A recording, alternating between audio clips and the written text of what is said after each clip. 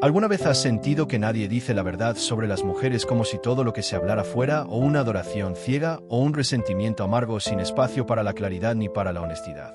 Tal vez lo sentiste en una conversación superficial, en una película, en un consejo que parecía salido de un cuento de hadas. Hay algo que no cuadra, una especie de guión preestablecido que todos parecen repetir sin cuestionar. O la mujer es la musa perfecta, delicada, frágil y virtuosa, o es la enemiga, la que manipula, la que destruye. Pero ¿y si ambas visiones fueran igual de falsas? ¿Y si ambas fueran máscaras diseñadas para evitar ver lo que realmente hay debajo? Friedrich Nietzsche fue uno de los pocos que se atrevió a mirar más allá de esas máscaras. No desde el odio, no desde el sentimentalismo, sino desde la observación cruda, despiadadamente honesta. Nietzsche no escribía para agradar, escribía para incomodar, porque sabía que solo cuando algo duele, algo verdadero está siendo tocado. Y en su visión de la mujer, encontró uno de los mayores tabúes de la civilización occidental. Mientras muchos la idealizaban como un ángel del hogar, como símbolo de pureza, o la rechazaban por temor a su influencia, Nietzsche se preguntó, ¿qué pasaría si todo eso no fuera más que un teatro? ¿Y si la figura de la mujer no fuera lo que realmente es, sino lo que el hombre necesita que sea? Ahí nace la provocación. Él afirmaba que los hombres no aman a las mujeres reales. Aman a un ideal, una creación mental que cumple una función emocional. No buscan conocer a la mujer, sino usarla como espejo de su propia necesidad, inspiración, protección, redención. Ese proceso, según Nietzsche, no es consciente. Es una trampa emocional, una mentira dulce que termina por volverse peligrosa. Porque cuando la realidad aparece, el castillo de ilusión se viene abajo. Y eso genera resentimiento. ¿Por qué tantos hombres se sienten traicionados cuando una mujer se muestra ambiciosa, cuando expresa su deseo sin culpa, cuando camina con autonomía, sin pedir permiso ni disculpas? Porque, en el fondo, está rompiendo un guión que lleva siglos escrito por manos masculinas. Un guión donde la mujer tenía un lugar asignado, limitado, decorativo. Un papel predecible, el de la doncella pasiva, la musa silenciosa, la cuidadora obediente. El guión en el que su poder solo podía existir si era sutil, si no incomodaba, si no amenazaba la supremacía masculina. Pero cuando una mujer se planta con ambición, cuando decide que también quiere construir, liderar, ser deseada y deseante, no como un objeto sino como un sujeto, entonces algo se desarma. Porque ya no se deja moldear con facilidad. Ya no se conforma con ser una proyección de las necesidades de otro. Se convierte en una fuerza, en una voluntad con dirección propia, en una presencia que no se dobla, que no pide permiso para ser lo que es. Y eso para muchos hombres no solo es desconcertante, es visto como una traición, una especie de transgresión emocional, como si la mujer estuviera quebrando un pacto implícito, el de ser siempre menos, para que él pueda sentirse más. Nietzsche, observador profundo del alma humana y crítico feroz de las estructuras sociales, comprendió esto mucho antes que otros pensadores. Él veía en la mujer algo que iba mucho más allá del rol asignado por la cultura patriarcal. Veía en ella una energía estratégica, casi enigmática, una forma de poder distinta, no basada en la fuerza bruta ni en la imposición, sino en la influencia sutil, en la inteligencia emocional, en la capacidad de guiar sin necesidad de dominar. Para Nietzsche, el poder femenino no era una caricatura de lo masculino, sino una manifestación original de voluntad. Una voluntad que no compite desde la misma lógica, pero que puede ser igual o incluso más eficaz. Mientras el hombre, históricamente, ha tratado de someter al mundo a través del control, la estructura y el orden externo, la mujer, al haber sido excluida durante siglos de esos espacios, desarrolló otras rutas, otras estrategias.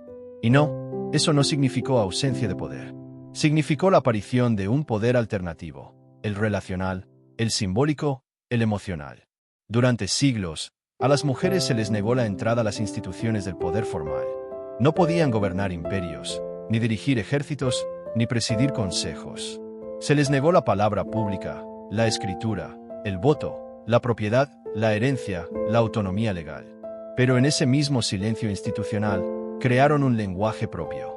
Aprendieron a moverse entre sombras, a leer miradas, a influir sin hablar, a negociar con gestos, a sostener comunidades, a mantener la vida funcionando desde lo invisible. Ese poder no aparece en los libros de historia, pero está en las entrañas de la cultura. No construyó catedrales, no pero sostuvo familias. No diseñó ejércitos, pero moldeó generaciones. Y Nietzsche lo vio. Vio que, incluso dentro del sistema que las relegaba, las mujeres habían cultivado un tipo de poder que el hombre rara vez comprendía, y por eso, muchas veces, lo temía. Porque era un poder que no se dejaba atrapar con palabras ni con lógica masculina. Era intuitivo, emocional, fluido. Era en cierto sentido ingobernable.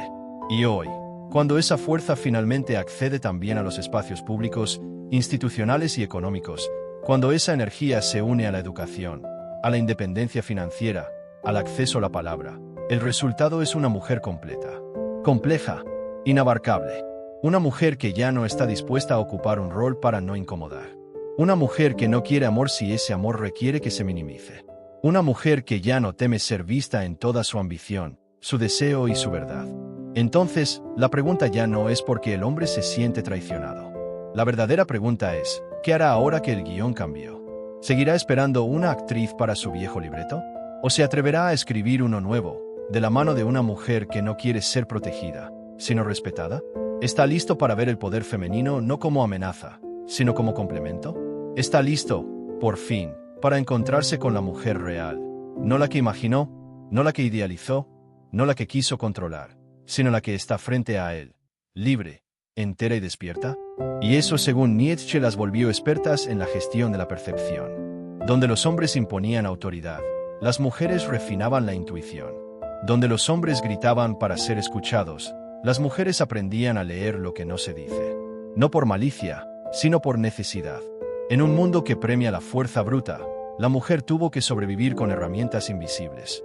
Encanto, presencia, inteligencia emocional, lectura del deseo masculino. Nietzsche decía que muchas veces la verdadera batalla no está en el campo, sino en la mirada, en el gesto, en el susurro. Y aquí es donde su visión se vuelve casi poética. Mientras los hombres construían castillos de piedra, las mujeres moldeaban a quienes los construían. Eso no es debilidad, es dominio. Nietzsche no las veía como víctimas de la historia, sino como estrategas silenciosas que supieron navegar en medio de la opresión, no enfrentándola frontalmente, sino doblándola desde adentro. No rompiendo las reglas, sino jugando dentro de ellas mejor que nadie. Y aquí está el punto más provocador de su filosofía. Él no creía que esa supuesta superioridad moral femenina fuera innata. Creía que era aprendida. Era una adaptación. Un código emocional creado para protegerse dentro de un sistema injusto. Paciencia, dulzura, humildad, no eran virtudes naturales. Eran estrategias. Y al convertirlas en virtudes socialmente aceptadas, las mujeres ganaban algo fundamental: espacio, respeto, influencia. No desde la confrontación, desde el cálculo. Muchos malinterpretan esto como una crítica, pero Nietzsche lo veía con asombro. Admiración. No estaba condenando, estaba revelando la profundidad de un juego que casi nadie se atrevía a nombrar. Pero eso no significa que no advirtiera el peligro, porque todo sistema basado en ilusión, tarde o temprano colapsa. Y Nietzsche, que vivió en el siglo XIX, ya intuía lo que nosotros vivimos hoy: la irrupción de la mujer independiente. La mujer que ya no necesita el disfraz, que ya no necesita ser vista como frágil para protegerse, que puede mostrarse tal cual es. Y eso, según él, no iba a traer armonía, iba a traer conflicto. ¿Por qué? ¿Por qué tantas relaciones hoy parecen romperse antes de empezar? ¿Por qué tantos hombres se sienten confundidos, inseguros, incluso amenazados ante el nuevo rostro de lo femenino? La respuesta es incómoda, pero necesaria. Porque el hombre no está preparado. O al menos, el hombre promedio. Ese que fue educado, generación tras generación, bajo un sistema de creencias que le enseñó que su valor estaba en lo que podía proveer, en lo que podía proteger, en el control que podía ejercer. Ese hombre, criado bajo la sombra de un mandato ancestral que lo convirtió en pilar, jefe, salvador, héroe, hoy se encuentra, por primera vez, frente a una mujer que no lo necesita para sobrevivir. Una mujer que ha dejado de buscar aprobación externa, que ha aprendido a bastarse a sí misma, que ha descubierto que su valía no depende de ser amada o elegida por un hombre. Una mujer que camina sola no porque odia al hombre, sino porque al fin ha comprendido que no debe reducir su vida a esperar por uno. Y eso, para el hombre que siempre se sintió indispensable, es una herida en su ego. Es una ruptura en su guión. Porque ahora, de pronto, ya no es el centro. Ya no es el salvador. Ya no es el premio ni la cima de la montaña. Y esa realidad desarma por completo su identidad. Lo deja sin respuestas. Lo confronta con algo que no sabe cómo manejar, su propio vacío.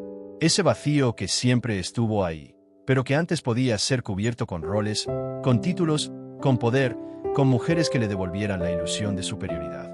Pero cuando la mujer deja de ser ilusión, cuando ya no actúa para complacer, ni disimula para no herir, ni se moldea para ser aceptada, el hombre se queda sin escenario.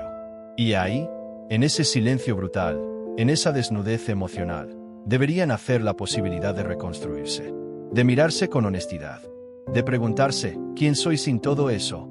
¿Qué tengo que ofrecer más allá de lo que me enseñaron que debía ser? Sin embargo, muchos no dan ese paso.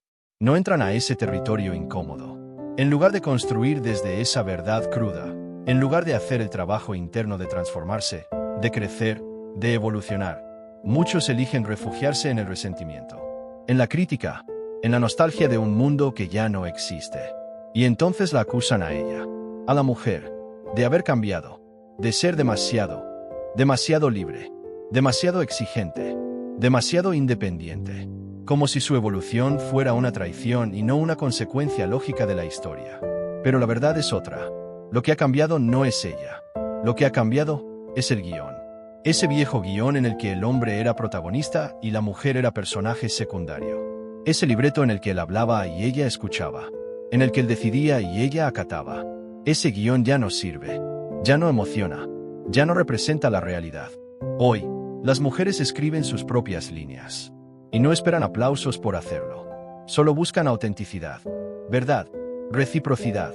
Y la pregunta es, ¿estás dispuesto a soltar el viejo guión? ¿Estás listo para dejar de actuar y empezar a sentir verdad? Porque el futuro de las relaciones no se va a construir con máscaras. Se va a construir con presencia, con coraje, con seres humanos que ya no se temen, sino que se encuentran sin guiones, sin miedo, sin roles prestados. Nietzsche no predicaba el odio entre los sexos. Predicaba la destrucción de los mitos. Porque solo en el colapso de la mentira puede surgir algo real. Y lo real, decía él, es crudo, es ambiguo, es incómodo, pero también es liberador. Imagina por un momento una relación donde no hay máscaras, donde el hombre no busca ser adorado, ni la mujer ser protegida, donde no hay salvadores ni mártires. Solo dos seres humanos, completos en su oscuridad y su luz, que deciden encontrarse sin el peso de siglos de proyecciones. Esa posibilidad, según Nietzsche, existe. Pero es rara, es excepcional, es casi un milagro en medio del caos emocional que llamamos amor moderno. Porque no se trata de encontrarse con cualquiera. No se trata de repetir las historias que la sociedad nos enseñó, ni de encajar en moldes heredados sin darnos cuenta. Esa clase de conexión de la que hablaba Nietzsche no es común porque exige algo brutal, algo que muy pocos están dispuestos a pagar, renunciar por completo a la comodidad emocional. Sí, esa comodidad que viene de creer en promesas dulces pero vacías, en mitos románticos fabricados para hacernos sentir seguros aunque nos mantengan dormidos. Exige desprenderse del autoengaño, de ese refugio psicológico donde nos contamos cuentos de hadas para evitar mirar de frente la realidad compleja del otro, y la nuestra. Es un acto de valentía cruda, porque te obliga a desmontar todas las mentiras piadosas, todos los filtros, todas las máscaras. Nietzsche creía que para que ese vínculo auténtico pudiera siquiera asomarse, el hombre debía dejar de idealizar, de convertir a la mujer en un pedestal, en un símbolo, en una figura mitificada que nunca ha sido real. Y al mismo tiempo, la mujer debía dejar de jugar al papel de la perfección, de la inmaculada, de la musa sin grietas. Porque esa teatralidad emocional, ese intercambio de roles falsificados, es precisamente lo que impide que dos seres humanos se encuentren de verdad. Lo que se necesita, decía él, es que ambos, hombre y mujer, o cualquier forma de relación humana, se encuentren no desde la necesidad, no desde el vacío que busca ser llenado, no desde la carencia que mendiga afecto, sino desde la elección consciente. Desde la libertad de decir, no te necesito para ser, pero elijo caminar contigo. Y eso, por más romántico que suene, es revolucionario. Porque lo que Nietzsche planteaba no era una utopía, sino un desafío. La única forma verdadera de conexión para él no podía estar basada en el dominio, en la posesión, en la dependencia emocional, en la manipulación sutil o en el disfraz constante. Esa no es una relación, es un contrato silencioso de esclavitud mutua. En cambio, lo que proponía era otra cosa. Algo más feroz, más humano, más honesto. Una relación fundada en una fuerza compartida. En una voluntad común de mirar la verdad sin miedo. En una desnudez emocional que no busca impresionar, sino comprender. Una humanidad compartida donde las sombras no se ocultan, sino que se integran. Donde el otro no es una fantasía, ni un salvador, ni una propiedad, sino un espejo. Y a veces ese espejo duele, porque revela lo que no queremos ver. Pero también libera, porque solo cuando dejamos de pretender, podemos realmente amar. Solo cuando dejamos de actuar, podemos realmente estar. Y en ese punto de encuentro, crudo, sincero, quizás incómodo, surge lo que Nietzsche llamaba una relación real. No perfecta, pero verdadera. No ideal, pero viva. No eterna, pero profundamente significativa. Si llegaste hasta aquí, no fue por curiosidad. Fue por coraje. Porque algo en ti, como en Nietzsche, también quiere mirar más allá del teatro. También quiere entender qué hay detrás del amor, del poder, de la identidad. Y por eso, te agradezco. Porque crear estos espacios no es fácil, pero es urgente. Así que si tú también sientes que el mundo necesita más verdad, más pensamiento crítico, más filosofía incómoda, este canal es para ti. Suscríbete. Deja tu comentario. Dime cuál parte te rompió por dentro. ¿Qué frase no vas a poder olvidar? Porque esto no termina aquí. De hecho, lo que acabamos de compartir es apenas la chispa inicial, el primer paso de un camino que, si decides recorrerlo, puede transformarlo todo. Este es solo el inicio de una conversación que tiene el poder de abrir puertas que muchos de nosotros ni siquiera sabíamos que estaban cerradas.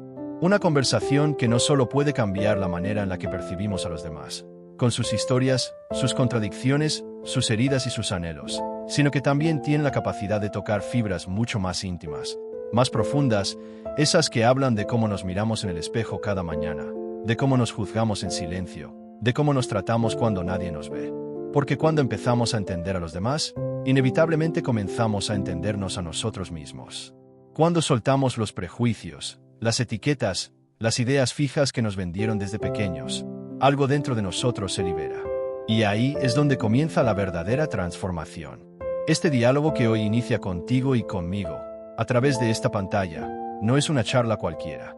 Es una invitación a cuestionarlo todo, a mirar más allá de lo evidente, a no conformarnos con respuestas vacías ni con lo superficial. Quizás hoy solo te llevas una idea, una emoción, una incomodidad o una chispa de curiosidad. Y está bien, porque lo importante no es cuántas respuestas tengas, sino cuántas preguntas te atrevas a hacerte a partir de ahora. Esta es una conversación que apenas empieza, pero que puede continuar dentro de ti, en tus decisiones, en tus relaciones, en tus silencios. Gracias por llegar hasta aquí. Gracias por quedarte.